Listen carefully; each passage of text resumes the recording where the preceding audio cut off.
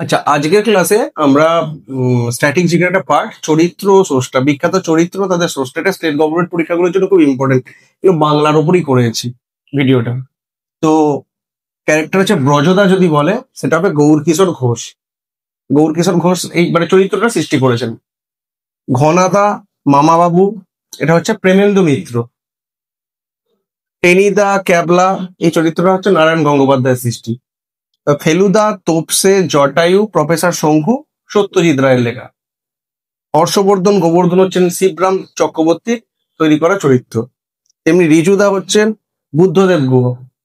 Gogol চরিত্রটা তৈরি করেছেন সমরেশ বসু। এরপর দেখবো কাকাবাবু। কাকাবাবুর চরিত্র তৈরি করেছেন সুনীল গঙ্গোপাধ্যায়। তারপর কিরিটি, এটাও খুব ইম্পর্টেন্ট, নিহার রঞ্জন গুপ্ত হবে। বোমকেশ, খুব ইম্পর্টেন্ট চরিত্র, সবাই জানি, শরদিন্দু ব্যানার্জি। কর্নেল নীলাদ্রি চরিত্রটা তৈরি করেছেন সৈয়দ মুস্তাফা সিরাজ। ভূতনাথ চরিত্রের স্রষ্টা হলেন বিমল মিত্র।